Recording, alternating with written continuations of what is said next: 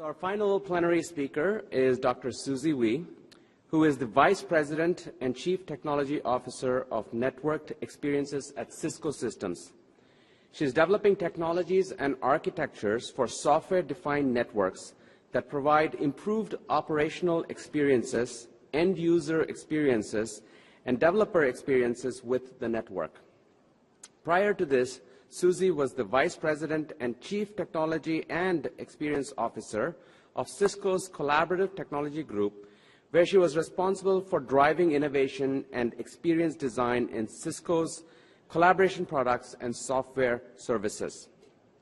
Prior to joining Cisco, Susie was at HP in the roles of founding Vice President of the Experience Software Business and Chief Technology Officer of Client Cloud Services and Director of the HP Mobile and Media Systems Lab. Susie has received a number of awards, including Technology Review's Top 100 Young Innovators, the Women in Technology International Hall of Fame, and was on the Forbes list of Most Powerful Women. She's also cited by CNN as one of the 10 most powerful women in technology. She's an IEEE Fellow for her contributions in multimedia technology and has more than 50 publications and 45 patents. Susie received her BS, MS, and PhD degrees from the Massachusetts Institute of Technology. Please join me in welcoming Dr. Susie Wee.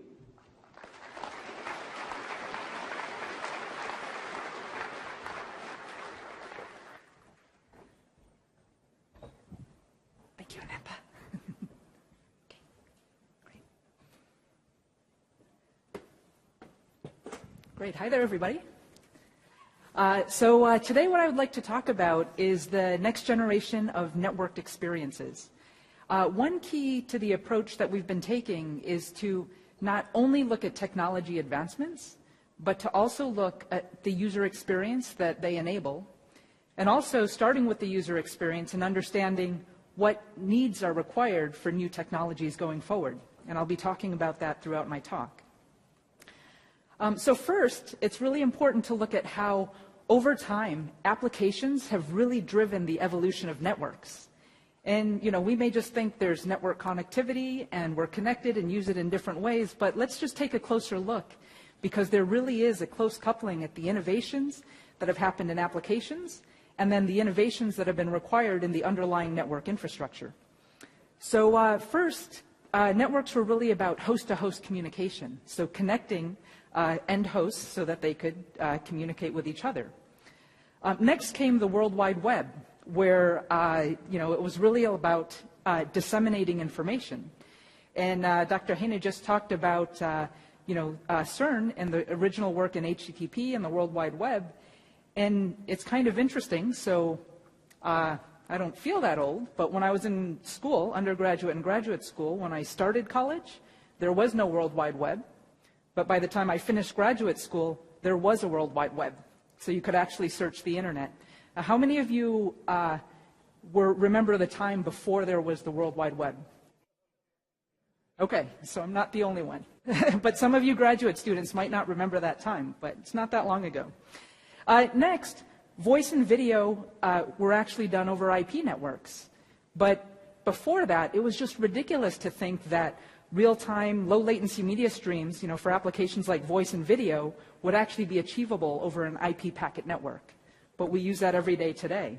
Then came digital video and HDTV, which increased the bandwidth requirements of that real-time, low-latency data. Then came mobile devices and mobile apps, which you all have today. I saw some tweets going on earlier. And thus came also social networking. So there's some tweets about ISSCC that are going on now.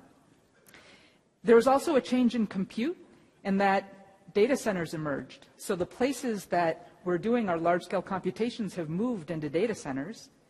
And now there's a shift in the network as well towards software-defined networking, which I'll talk about today. With the new particles that are coming about, we'll have even more opportunities in sensors and the Internet of Things. That's going to put many, many more requirements onto the network. And then comes big data analytics, real-time streaming analytics. And once again, this will be a great interchange of new applications and experiences, and then the technical requirements in the network. So what do we mean by networked experiences? So first of all, by networked experiences, what we're looking at is that network infrastructure. Now, as it moves over to suddenly become now more software in nature and more programmable, that actually creates many opportunities going forward. So as the network becomes more programmable, much like the compute industry has in recent years with virtualization and elastic cloud services, the network is going under that same shift.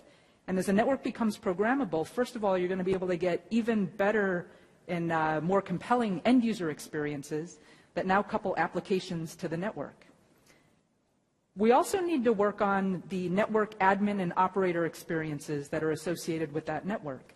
So right now, there's actually a lot of pain points in how do you configure and run that network. And probably many of you had experiences where you go to your IT department, ask for a change in the network, and it takes time to do those types of changes. Hopefully, the software shift can help speed that up. And then finally, also, as the network becomes more programmable, there's actually APIs of how do you work in and program those, how do you program that system. Professor Horowitz was talking earlier about creating an ecosystem around hardware in which many people can contribute. The same thing is going on with networking as well. And then you have to pay attention to the software developers who will work in this world. So today I'm going to talk about three major areas. The first major area is on a next generation user experience that we call augmented collaboration. The second area is talking about the network and its evolution to software-based networking. And this is an area that we call network function virtualization. You've heard this in the industry as NFV. And then there's the next generation of networking overall and software-defined networking. So I'll have these three spots, but let's first start out with augmented collaboration. So Cisco has a number of collaboration products. And these are there's many other solutions as well. And what these allow you to do is work together in different ways. So it lets you use web conferencing, lets you use voice and video phones and do video conferencing. And in our portfolio here, then you can actually see that there's collaboration experiences that many people can get when you're mobile, just through your mobile device, when you're in an airport lounge, when you're at your desk, and kind of working with the computer and the displays and everything that you have at your desk, or when you go into conference rooms. And there's kind of a scale of video conferencing units as well as now larger scale units that give you even more immersive experiences. Now what I'm going to show you is an innovation project. It's not a product, but it's an innovation project that we're doing at Cisco to basically study the next generation of collaboration. What I'm going to do is show you, it really talks to the experience that we're talking about, and it's not 10 years out. This is actually something that we've built today. And the thing that I want you to do is, as you watch the video, to actually think about the underlying technology advancements that are needed in this experience. Okay, so let's go to the video now.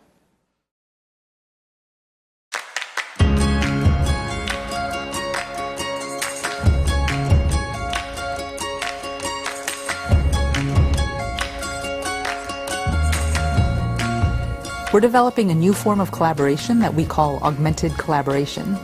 And what we're trying to do is break the barriers of working across geographies and let people collaborate naturally from wherever they are.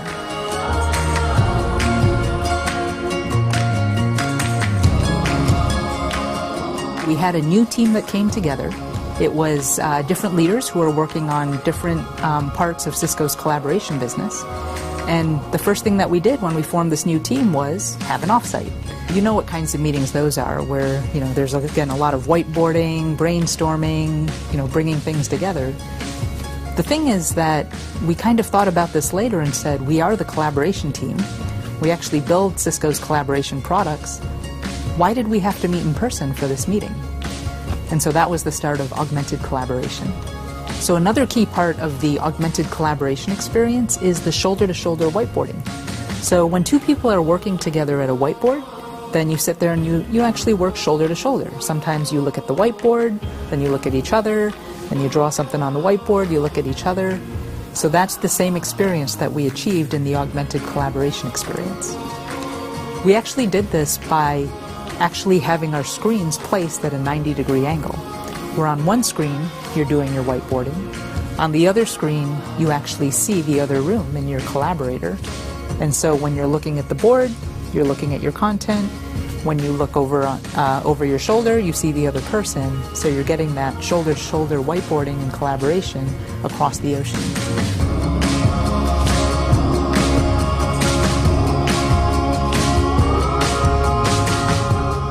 Not everybody wants to run up to the whiteboard to share their ideas. Some people are at the whiteboard. Some people want to sit more comfortably at a set of tables. Some people sit straight in the back of the room. So I even like to go straight to the back of the room. But to have an effective meeting, you actually want to get everybody's ideas from everybody in the room, no matter where they are. So what we've done was we've actually provided an augmented collaboration experience on your tablet. And what this allows you to do is to fully participate in the meeting, no matter where you are in the room and even outside the room. So for example, you can see everything that's going on the board. You can even have your own presentations and share them from your device. You can also do things like actually contribute with sticky notes. So have some brainstorming ideas where you'll actually set up your ideas on sticky notes and then contribute those to the meeting itself as well.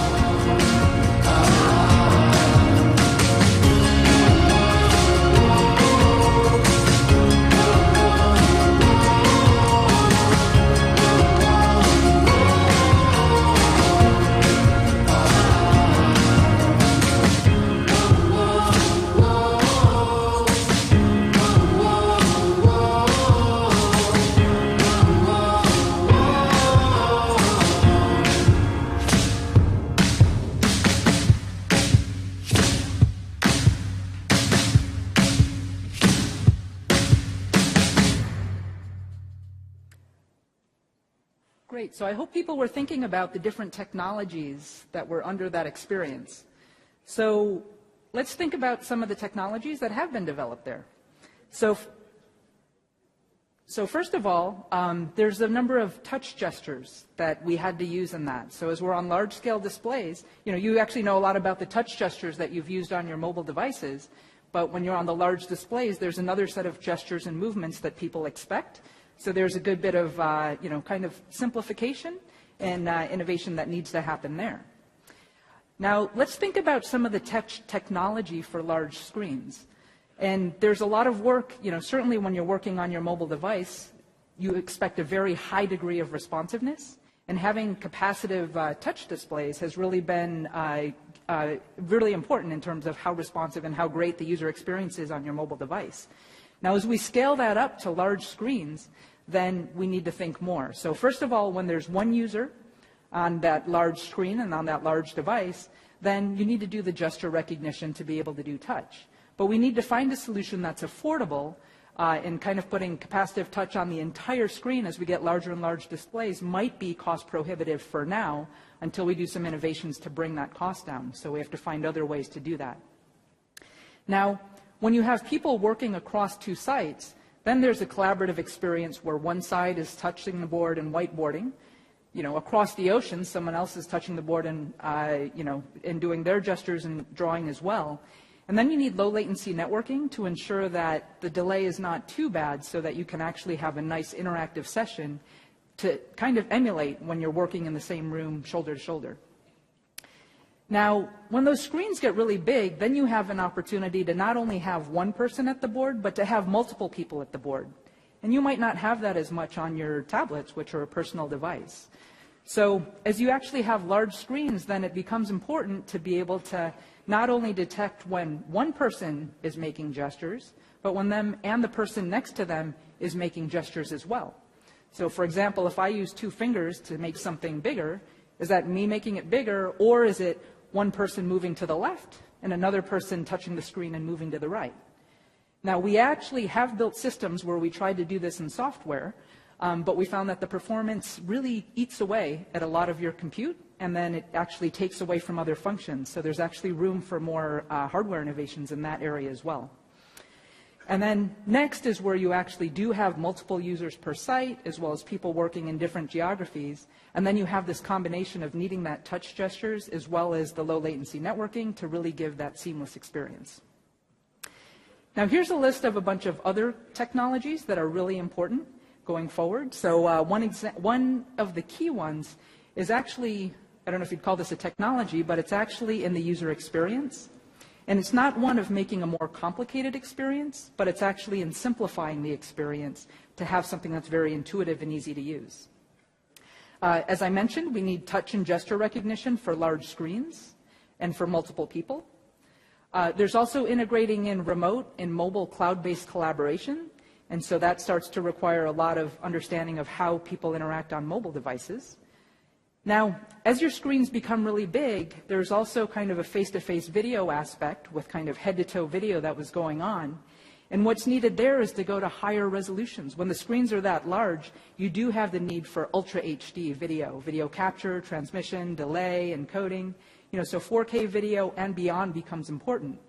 Kind of interesting is back when we were working on HD TV in the early 90s, people thought nobody needs that higher resolution because you can't tell the difference. But everyone today has HD TVs. I don't think anyone would give it up, but it's in part because the displays have gotten bigger and you can tell the difference. And 4K will become the same way. Scalable video coding and multi-stream video coding, along with adaptive transport and adaptive network video processing, are key. So these are all different areas that require innovations, both in software and in hardware. So we should continue to look at that. Okay, so next I'm actually going to change gears to the second part and now talk about the evolution to software-based networking. Now, to deliver the kind of experience that we had, you can see that there is going to be a requirement for even higher and higher bandwidths to go across the ocean, and we need low latency performance in that as well. Well, there's been a shift now in the networking industry to go more towards software. Now, let's think about, and there's also a shift to actually take different network functions and examines which ones can be done in software and which ones should be done in hardware. And we're looking at all of these things. So let's think a little bit about the evolution of networks. And you may or may not have thought about how your network's kind of broken up. So many of you work for a university or for a company. And when you're there, you probably have a main campus. And then the main campus has its network. So for instance, within this network, there's a core network. That's kind of the backbone of carrying the network that you're using. But when you're on your kind of PCs and laptops and printers and servers that are connected, they're actually connected through kind of host aggregation nodes, which is kind of the router switch that's closer to you that you directly plug into or use wirelessly.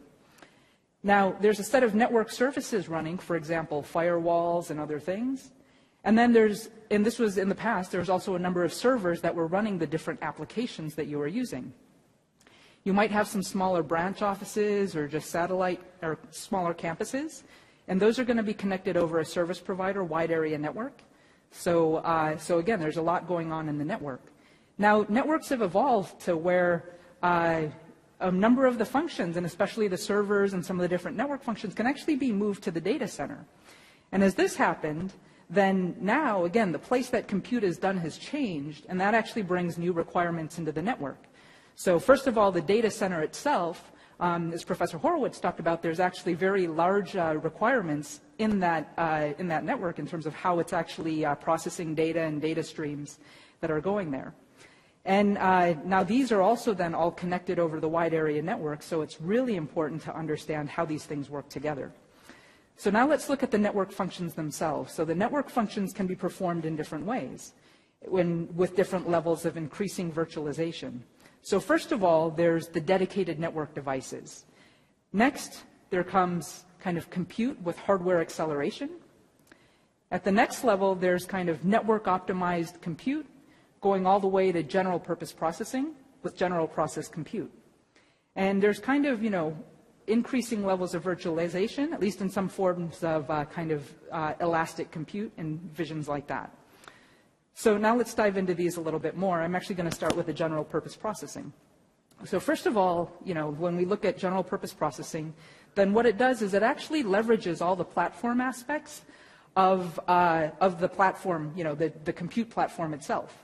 So there may be ways for using, of course, power management. There's some legacy interfaces and I/O. There's existing software stacks that are built into that and platform network drivers. And then the great thing about general purpose compute is it can be scaled horizontally using compute virtualization in much of the ways that elastic cloud services and so on are going forward. Now, there's a number of optimizations that need to be done as you're considering network function virtualization, and that bring you to kind of network optimized compute. So there's actually different things for doing network accelerations for fast packet processing. So if you look, one example is that there's the Intel Data Plane Development Kit, DPDK, for x86. And this actually kind of helps to do some things, and this and other things when you're actually optimizing your compute for network processing. You might want to go into tight polling loops, turn off the power management so that you don't have that delay in latency, which is not acceptable for networking. The virtualization is not quite as flexible as a completely general purpose processor in terms of kind of cloud elastic compute. But it provides a balance in terms of the performance with the flexibility in that overall. And then next what I'm going to do is show you, and actually as Professor Horowitz was talking, that there's actually an interest in there's a set of algorithms that are really beneficial to custom ASICs, or to ASIC design. And this is something that Cisco has been really very deeply investing in and has in many of our products. And network processing functions are certainly in this camp. So, over time for NPUs, network processing units, these are at the core of our different routers and switches. So basically there's a number of custom ASICs inside there. And we've been continuing to kind of advance the technology, and we've been doing ASIC integration. So we've actually moved from 14 ASICs down to 2 ASICs. And then, one example, we have the nPower X1 NPU that's actually used. And so now we've gone to 2 ASICs, where one is the NPU itself, the other is the fabric interface ASIC, which is how you can actually have these things talk to other network processing units as well. Now, as we actually look at those ASICs, then we've actually developed those ASICs, and we continue to push these. We actually even have a newer version. We then integrate them into a system on chip, and then those actually go onto our boards, which actually have a number of network processors, optical interconnects, and then also fabric controllers, which is, again, how these work in the larger system. And these are actually, show up on line cards that you actually put into racks as you perform these different functions. So this is kind of the state-of-the-art evolution. And there's actually a lot of work in dedicated network devices. And here's some areas where we actually do need more innovation. So first of all, in high-end router technologies, in silicon, we need to go further in NPU scaling.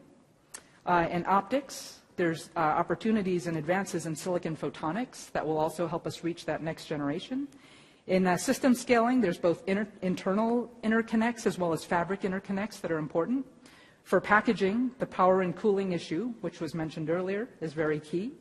And then in the control plane, we have to do scaling and virtualization as we work beyond this. Now let me show you a few NFV comparisons on power consumption, which was actually the topic of both our first talk, and Chairman Tsai also mentioned this as well. So what really becomes important is power. And as you're getting up to higher and higher scales, then the trade-offs really come out in terms of the general purpose processors and then the dedicated compute NPUs. So for example, over here on the chart, what we have are first of all, the top 3 lines are performing some of the network functions with virtual routers, and then performing different types of routing functions, the core routing functions, the edge routing functions, and layer 3 VPN functions. And then the bottom, the yellow line, is the one that actually shows the power that's required with the nPower X1 line card that we just talked about. And so what you see on the horizontal axis is the throughput, ranging from 10 gigabits per second up to a terabyte per second. And then over on the other axis is the power that's required. And what you see is as you really move over to the right, just as was mentioned in the earlier talks, then the trade-offs really become obvious in the power that's required to actually run these things. Now we'll just zoom in a little bit on the areas because not everybody needs the terabyte range. So if we actually take a look at, down below 100 gigabits per second, then what you see is that there's a number of areas where, again, when you're below a few tens of gigabits per second, then you're actually very much okay with the software solutions. As you start to get higher and higher and require higher requirements, then that's where the dedicated custom ASICs come into play. This actually shows another comparison for NFV in terms of the number of blades that you would need to actually meet performance for these different solutions. So if you're using a pure kind of software router on a general purpose processor to do the core routing, edge routing, and L3 VPN, then you can see actually the number of blades that you would need. And then obviously if you're using then the kind of dedicated 1 terabit router blade, then actually you can actually see the number of blades. So we're down at 1, or getting to 2 and 8 as you get up to the 8 terabytes. But on the rest, you can see that there's just large numbers. So space becomes a major consideration in this area as well. So there is a lot of work that needs to be done on the hardware side. Now, there's also, though, many advantages to the pure software NFV. And so there's actually really a good place for that. So what are some of the benefits? So first of all, there's flexible and faster deployment of software services. So now that you have, the software, you could actually run, firewall functionalities, VPN functionalities. You can actually scale them as you want. It removes a number of specialized physical boxes. So you can actually, again, scale things. You don't necessarily have to have a dedicated device because you might not be working at capacity all the time. It allows you to use the kind of elastic use of your compute resources and work more generally in there. And then it kind of reduces some operational costs when you're kind of working within your range. And one really key area is that when you're looking at a network, there's actually network functions that are being done everywhere. And so there's some areas where you're going to need high power performance in your core network. You want your dedicated devices. But maybe in some small office, you can actually do something that's more flexible, and you don't need all of that. And then you can actually now place different compute functions where they need to be without prescribing them with hardware. So there's actually a lot of advantages that are there. Now, I'm not going to go through this in detail, but what this shows you is a number of network functions that are done on the horizontal axis in terms of the data rates that are needed, and then horizontally the type of compute that's needed for different parts of the network. So ranging from your home customer premise equipment, which is the networking equipment you have at home, to your business customer premise equipment, moving over to core metro data center switching, which really needs those high data rates, up to kind of the software functions and mobile networks like OSS and BSS and their subsystems. So what you see is that in these different areas, there's actually a different solution for what works best in terms of NPUs or CPUs. So again, this is an area that we need to consider when we're looking at network function virtualization and the move to software. But the general conclusion is as follows. So first of all, of course, dedicated network hardware is more power efficient than general purpose compute and can achieve orders of magnitude improvement in performance for packet processing and optimized network functions. But general purpose compute helps when deploying new applications and services that don't have optimization built in hardware. And they have a lot more flexibility and elasticity. Over time, it could be that the most highly used services that come about that don't have hardware acceleration soon will be built into the hardware itself, and that shift will happen. So the point is there's a place for hardware, there's a place for software, and you want to use the right tool for the right job and architect for the future. Now I'm going to move to the last section of the talk here, and what we're going to now talk about is looking up at software-defined networking. So we talked about now taking network functions and the effect of virtualization there and looking at NFV. But next it pops up to how does someone operate the network and what happens when you're looking at the network at scale.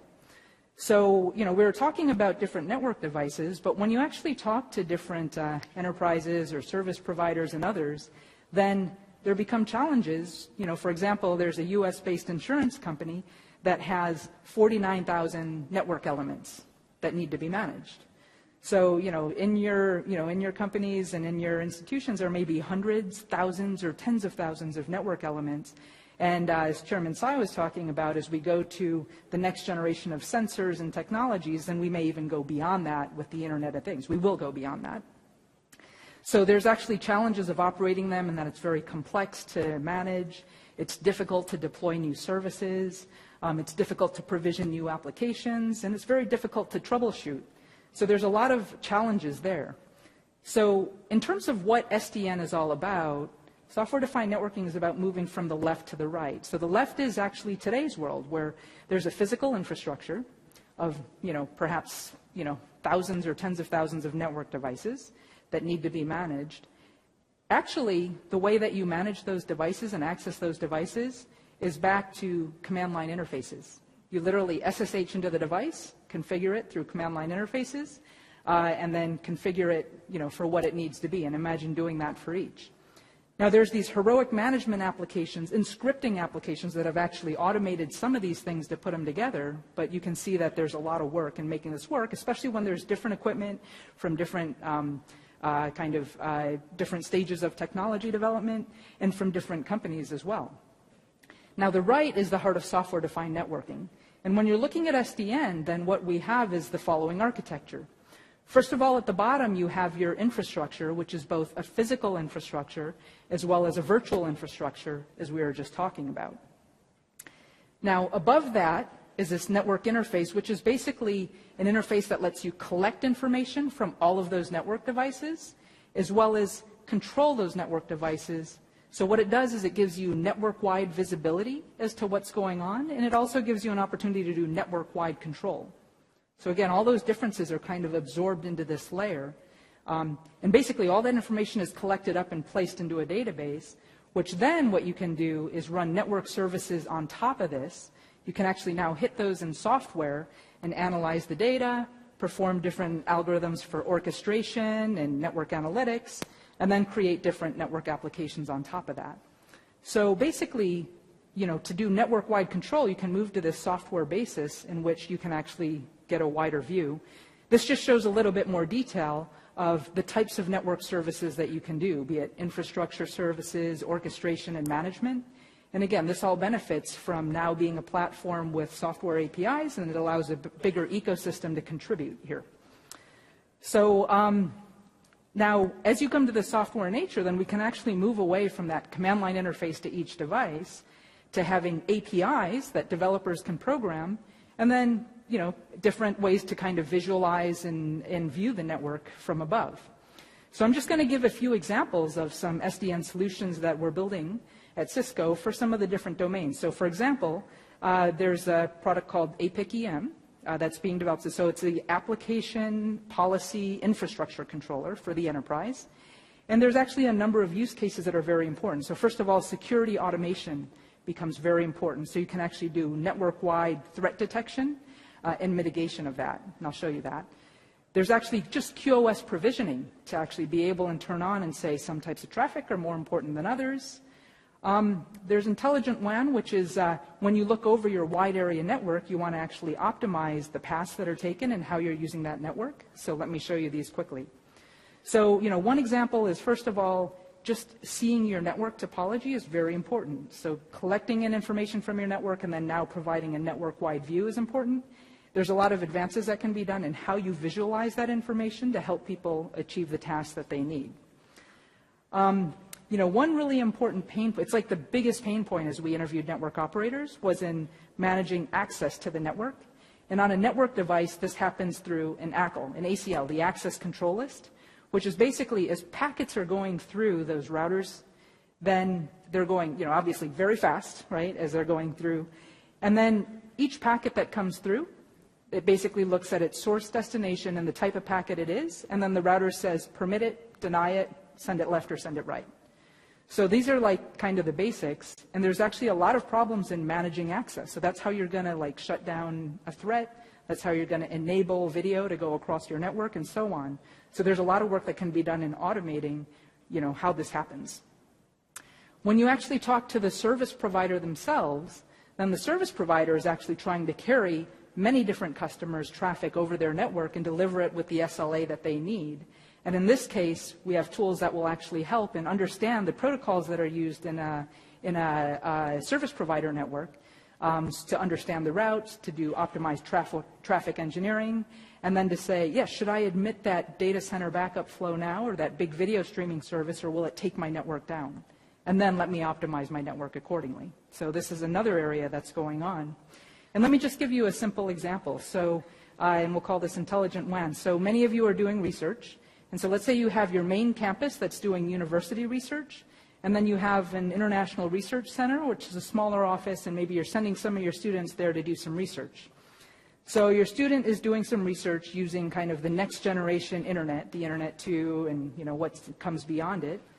So then he's basically, over at the International Research Center, starts sending packets through and using that very expensive research testbed, the research network. Then he starts surfing the internet, and as he starts surfing the internet, just using his same computer to look at, watch music or watch a video while he's waiting for his job to process, then that also goes over that expensive internet just to go back to campus, to go back to the public internet to find the right site to use.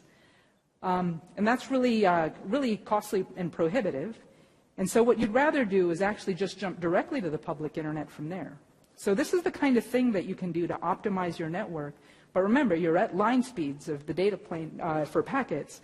And with software-defined networking, you can actually just do this quickly. Let me actually show you something with security. This is the last example. So in security, if a threat happens, then we actually have SourceFire is a company that Cisco has acquired recently, and they have technology to basically detect threats in different clients. Once a threat's detected, this is sent up to its defense center, and now some remediation action needs to happen. It can then actually send this to the SDN controller, which then figures out the new ACLs that are needed to be placed on the different devices to actually block that traffic. Okay? So imagine how hard this would be to do in the old model, but with the new model of software programmability, then this can actually happen in a much faster way. So just to wrap up for some conclusions. So first of all, just want to say that networking is moving towards networking programmability with SDN and NFV. Next, applications can be tied to the network, enabling really compelling experiences like augmented collaboration and many others. The innovations in the ASICs and the dedicated routers are continuing to really increase. And that's really important because people are increasing higher and higher bandwidths in their applications. And then NFV raises that possibility of doing both kind of dedicated hardware, but also working on general purpose processors as well. And there's a place for both hardware and software, and the key is to use the right tool for the right job. Now, what happens is then you look at SDN, it provides a network-wide visibility and control, and this combination of SDN and NFV allows network services to be added to the network and accessed through programmatic interfaces. That SDN performs best when it knows about all the capabilities. Right? If there's a hardware capability that does great, it should know about that. If there's a software, a general purpose processor, that's great. Use both of them and flexibly control your resources. And then kind of an opportunity lies in how you optimize the workflows with the awareness of the network elements. So power-aware SDN or NFV will become important. So again, you want to continue to use and leverage all of the new capabilities that are available. So if we look, overall, then I think it's very interesting to see how Chairman Tsai earlier was talking about the next set of applications. And he had a goal of connecting to the next 5 billion people to the network, and then giving them the next set of cloud services that are important. So this types of technologies can actually help us achieve that. And then Professor Horowitz was talking about how we can put in energy awareness in that, as well as open up the ecosystem of developers who can actually contribute to what's going on. So we have that in this world as well. And then hopefully we'll have the next generation of particle physics and in the next generation of processing that will allow us to get even to the whole new way, right, and the new quantum advances that we need to really get to that next level of processing to break those barriers for compute and energy. So thank you very much. I think we have a lot of interest ahead of us. Thank you.